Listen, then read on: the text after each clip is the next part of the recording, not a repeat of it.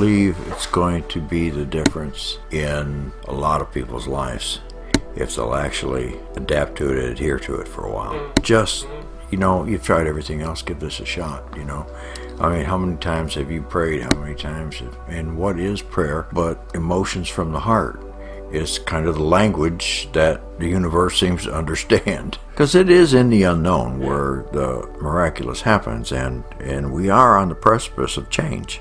And I think we have been for a while. So much so that a lot of people are confused. Those who's seen it coming sooner, growing more impatient all the time. But while we evolve into what we're supposed to be, we can't help but feel a desire to see it happen faster. But evolution does take time. It does seem that there are times when evolution speeds up and grows exponentially. And I think we're in a time like that right now. It's accelerating, and where it stops, nobody knows.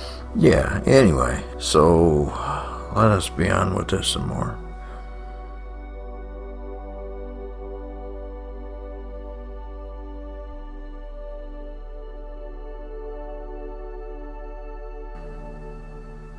Well, even though the brain and the heart are located far from one another in the body, they are intrinsically connected and have a significant impact on how each other functions.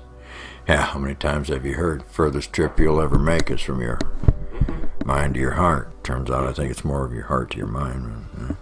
Science has now proven that our experience of the world is first perceived by our hearts. It's explained that the heart receives information, considers it, and then responds accordingly by sending information to the brain for further processing. And they tell us about 65% of the cells in the heart are neural cells, and they are clustered and connected together in a neural network of the body just like the brain. The heart is a specialized brain and hooked into several nervous systems, making and releasing its own neurotransmitters and with its own memory. The neurons in the heart store memories, and that's why people who have heart transplants experience new preferences and changes in behavior and feelings. It is explained that the neural cells in the heart have a direct connection to the brain and are constantly chattering back and forth with the brain, and the two together decide how to respond to incoming information. Neurons in the brain alter their behavior according to the signals embedded in each heartbeat and send information to the central nervous system to make psychological and behavioral changes almost instantly. The heart's ability to perceive meaning from the world is called asthesis, which literally means to breathe in. Asthesis is that moment when the life force of one living organism communicates and moves into another one. We live in a world that's alive with awareness and intelligence, and it's up to us to acknowledge and allow this intimate exchange. And even though we are trained out of using our heart as organs of perception early on, the skill still exists and can be developed. It's instinctive. The example of that is found in the Old Testament of Jeremiah 17:9, where it declares firmly, "The heart is more deceitful than all else and is desperately sick. Who can understand it?" So we read and jump to the conclusion that our heart is an obstacle to be overcome and an enemy to be defeated. Now this idea is fed and commonly held and taught. Now your emotions will lie to you. And with these two ideas, we go into one of the deadliest places we can. We retreat into denial. We bury, swallow, repress our heart and all its attendant responses and connections. That's exactly what the God of this world wants, is for you to have switched off your receiver, and whatever the message was is now distorted. So if you ignore your emotions because you have been told it is a godly thing to do, you will miss out on real God-given guidance to help you know what is exactly hidden in this mysterious heart of yours. The brain is an organic computer processing data and acting as a clearing station for central nervous system functions.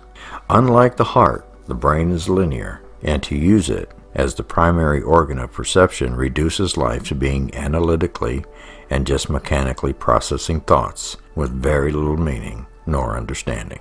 True that. Through practice, I have found that my heart is much wiser than my brain. Using heart intelligence and perception, I feel connected and know what is right for me at every turn. This was just after learning how to have faith in my intuitive wisdom. I used to feel hopelessly disconnected, lost, and was always looking externally for someone to give me answers. Great power and wisdom exist in the world around us.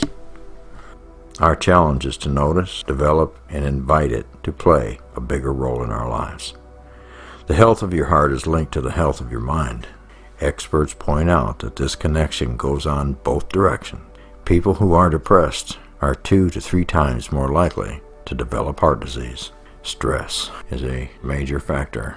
To begin to use the heart as an organ of perception, intelligence, and communication allows us as a species to become, once again, a respectful, integral part of life here on planet Earth.